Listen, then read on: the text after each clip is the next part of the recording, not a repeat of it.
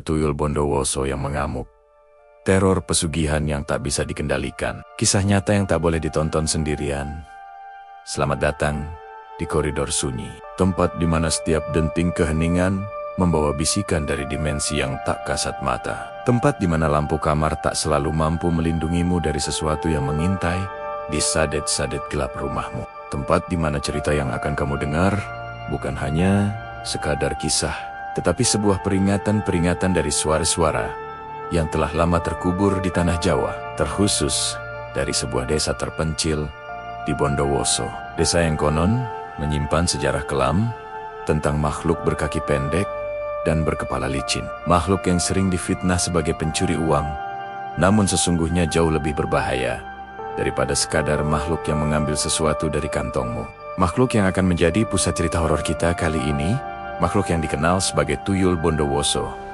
Dan ini adalah kisah lengkap tentang bagaimana satu keluarga hancur karena kehadirannya. Kisah ini berawal dari seorang pemuda bernama Raffi, usia 23 tahun, seorang pekerja toko bangunan di Bondowoso yang kehidupannya sederhana. Tinggal bersama ibunya yang sudah tua dan adiknya yang masih SMP. Raffi bukan orang yang jahat, tapi ia punya satu kelemahan besar, rasa putus asa. Gajinya sebagai karyawan toko hanya cukup untuk makan dan membiayai sekolah adiknya, tapi tak cukup untuk memperbaiki rumah yang hampir roboh, membiayai obat ibunya, dan menutupi hutang-hutang yang ia warisi dari ayahnya yang sudah meninggal.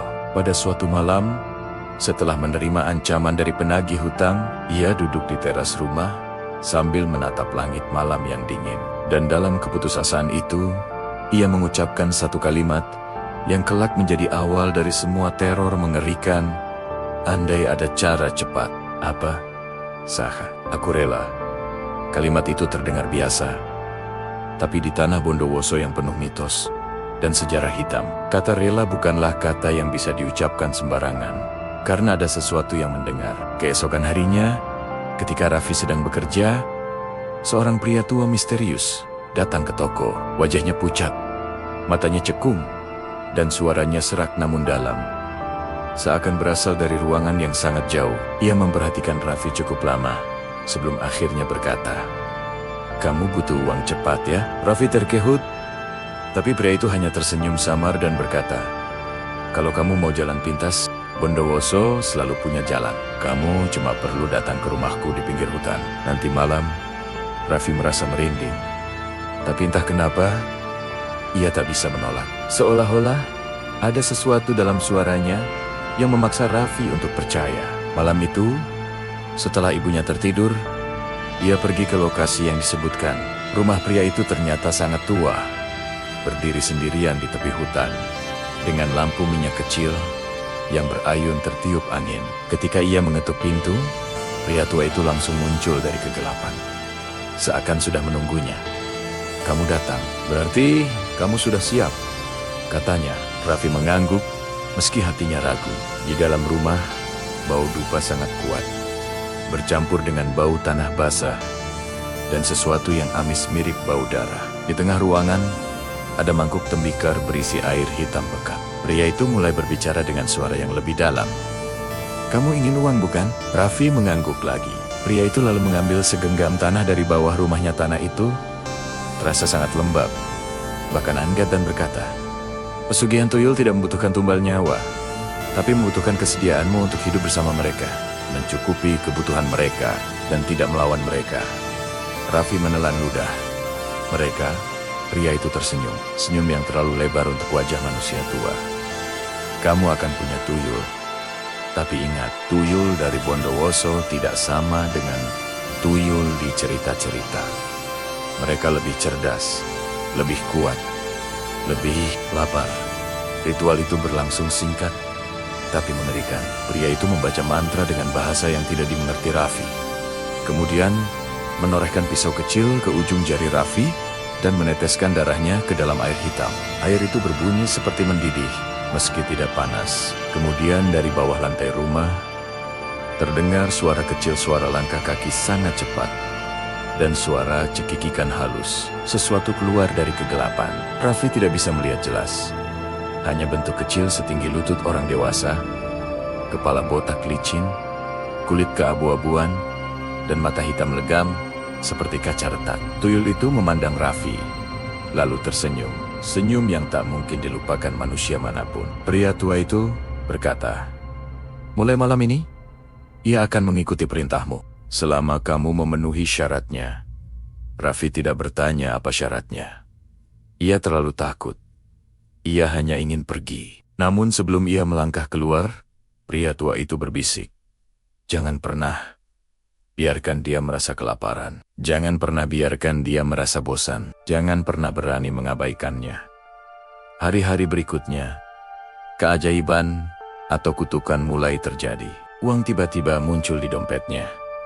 Kadang di bawah bantal, kadang di kantong celananya, kadang berserakan, seperti habis dilemparkan oleh tangan kecil. Pada awalnya, Raffi merasa lega. Ia bisa membayar hutang, memperbaiki rumah sedikit demi sedikit, bahkan membeli obat untuk ibunya. Tapi kemudian, hal-hal ganjil mulai terjadi di rumah kecil mereka. Ibunya mulai mendengar suara anak kecil berlari-lari pada jam 2 atau 3 pagi. Adiknya melihat bayangan kecil berlari di dapur, lalu menghilang ke bawah meja. Piring jatuh sendiri.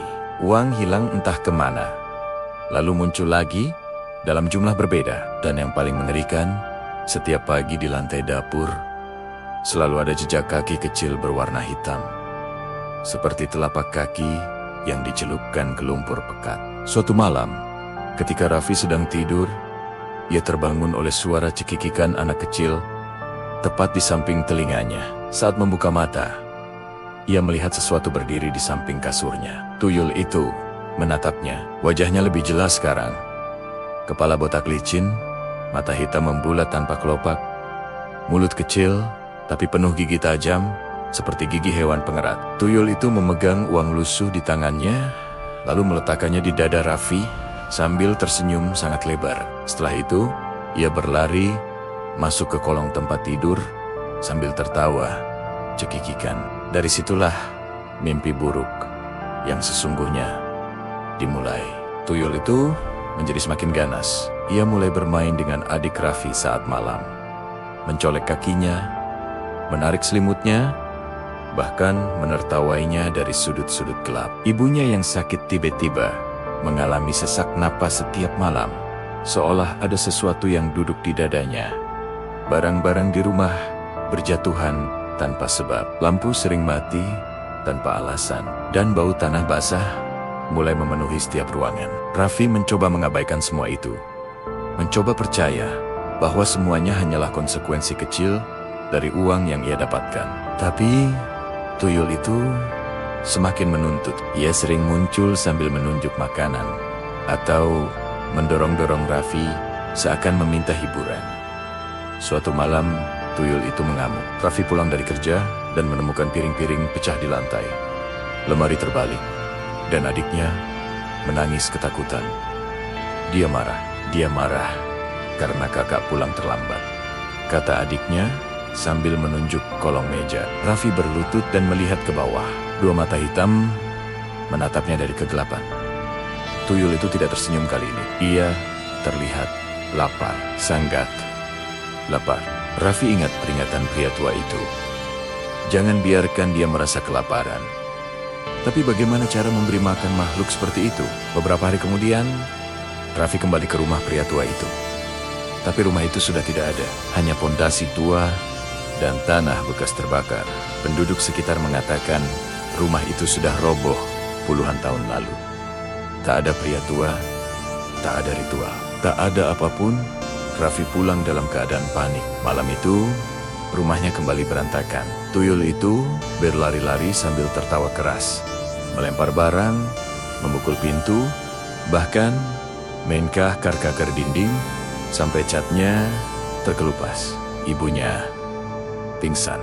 Adiknya bersembunyi dalam lemari sambil menangis. Raffi berusaha berbicara dengan tuyul itu, memohon agar berhenti. Tuyul itu mendekat perlahan. Wajahnya semakin jelas. Ada luka terbuka di kepalanya, seperti pernah dipukul benda tumpul. Matanya berair, seperti berisi darah. Ia mendekat, menyentuh pipi Raffi. lalu berbisik dengan suara anak kecil yang berat. Main sama aku. Malam itu, Raffi hampir gila. Ia berlari keluar rumah, tapi tuyul itu mengikutinya. Menampakkan diri di pohon, di atap rumah tetangga, di belakang motor yang lewat, bahkan di kaca jendela warung.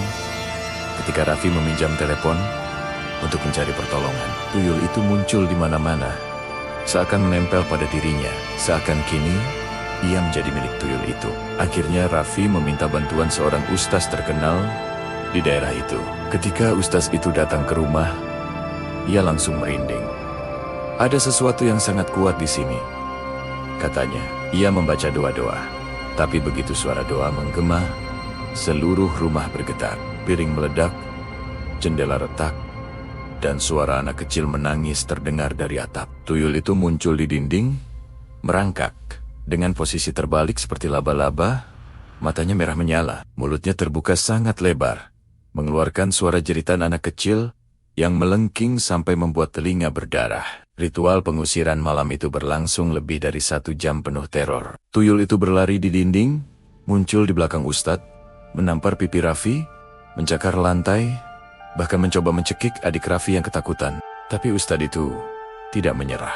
Dengan suara yang semakin keras, ia membaca ayat-ayat pengusir jin. Dan akhirnya tuyul itu menjerit begitu kencang, seakan tubuh kecilnya sobek dari dalam. Setelah itu, ia menghilang dalam asap hitam pekat. Rumah menjadi tenang. Tapi itu bukan akhir. Malam berikutnya, suara cekikikan kembali terdengar. Kali ini dari atap, lalu dari dapur, lalu dari dalam kamar Raffi. Sesuatu mengetuk jendela dengan jari-jari kecil. Lalu suara itu berbisik pelan, lirih, tapi jelas. Main sama aku. Lagi, sejak malam itu, tuyul itu tidak pernah benar-benar pergi. Kadang muncul dalam mimpi, kadang memindahkan barang kecil, kadang membuat uang hilang selama beberapa hari lalu kembali muncul di tempat yang aneh. Bahkan, setelah Raffi pindah kota, tuyul itu tetap mengikuti. Di kontrakan barunya, tetangga sering melihat bayangan kecil berlari-lari di halaman. Kadang mereka menemukan jejak kaki anak kecil di depan pintu. Dan setiap kali Raffi tidur, suara itu selalu datang. Suara yang sama. Suara yang membuat hidupnya tidak pernah benar-benar damai. Hingga hari ini, hingga detik ini, ia masih mendengar suara itu. Kadang dari pojok kamar, kadang dari bawah tempat tidur, kadang dari cermin saat ia sedang mencuci muka. Dan kadang ketika malam, benar-benar sunyi suara itu terdengar sangat dekat, tepat di belakang lehernya. Main sama aku. Dan siapapun yang mendengar kisah ini, kini sudah berada di dalam lingkarannya. Karena tuyul Bondowoso tidak hanya mengikuti tuannya, tapi juga siapa saja yang mengetahui namanya.